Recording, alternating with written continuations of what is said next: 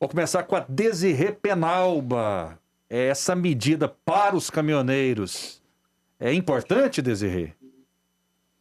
São Bom, a importantes as gente já medidas, né? percebeu, sim, a gente percebeu no passado recente como os caminhoneiros devem ser realmente bem atendidos, porque quando eles resolvem fazer paralisação e greve, toda a sociedade sofre muito com isso.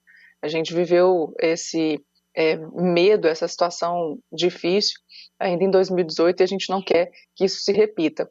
Mas é importante a gente entender que o motivo pelo qual isso aconteceu, a greve dos caminhoneiros, foi porque houve no governo Dilma uma facilidade muito grande para conseguir comprar caminhões com preços, com parcelas muito fáceis, né? E acabou que houve uma quantidade enorme de novos caminhões aí, uma nova frota, e ao mesmo tempo várias pessoas passaram a usar isso como uma oportunidade de se endividar e também passar a trabalhar como caminhoneiro.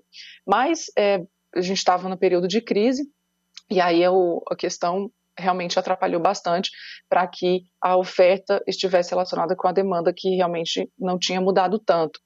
E aí o que a gente percebe é que quando existem controles de preços na nossa economia, isso pode ser muito perigoso para que a gente perca os insumos, a gente perca na competitividade, enfim, sempre tem alguém que vai pagar essa conta.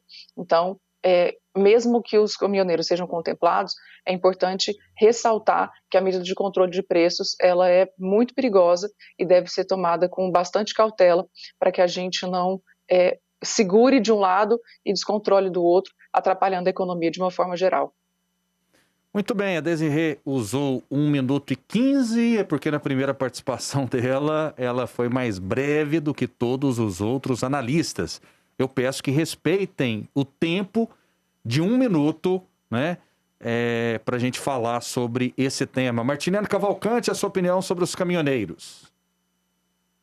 Sobre esse Olha, o pacote. acesso ao crédito é importante. O acesso ao crédito é importante. É agora, como foi importante no período do governo da Dilma, e penso que deve ser estendido de maneira genérica, generalizada e ampla para pequenos microempreendedores que têm muita dificuldade, morrem no cheque especial, no cartão de crédito, são extorquidos pelos bancos. Isso é importante.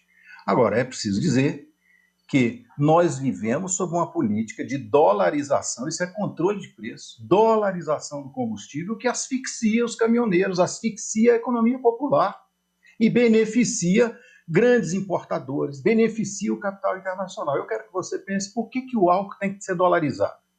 Eu cheguei a ouvir aqui num programa anterior de que a alta dos preços dos alimentos se devia como é que se diz, à recessão. Recessão, em geral, baixa preços.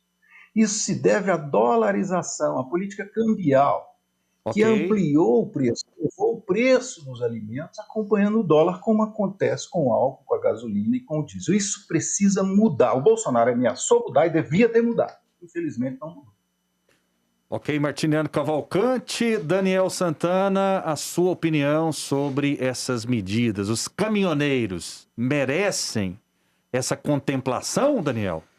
Rafael, hoje mais de 87% de tudo que é consumido no país, na casa de todos nós, chega através das estradas. Então, acho que se alguém precisa realmente ser ajudada, é essa categoria fundamental. Sem ela, a gente não consegue levar a vida de uma forma normal. Nós já tivemos no governo anterior uma greve dos caminhoneiros e lembramos bem o que aconteceu. Então, acredito que se alguém precisa de ajuda, de auxílio nesse momento, são os caminhoneiros. É fundamental medidas que possam aplacar, primeiro, a alta dos preços e, segundo, os problemas econômicos que aí todas as outras categorias enfrentam também, não só a categoria dos caminhoneiros, o Brasil como um todo enfrenta devido às questões da pandemia. Então, acho fundamental, vejo que isso pode sim auxiliar muito nessa retomada, que eu disse inclusive no meu comentário inicial, e que a gente possa regularizar e levar as coisas de maneira mais tranquila daqui para frente. Jean Lopes, qual a sua análise sobre esse assunto, Jean? Bem, primeiramente eu quero fazer um protesto, porque nas intervenções iniciais o meu tempo foi mais curto, eu apenas praticamente dei um boa tarde a todos. Então, não é justo aquilo que você disse, que os outros falaram mais. Em relação à questão dos caminhoneiros, Rafael, veja bem, na década de 50, no final dos anos 50, início dos anos 60, nós tivemos o governo do Juscelino Kubitschek, um presidente, na época, progressista, e que foi muito aclamado pelos esquerdistas brasileiros.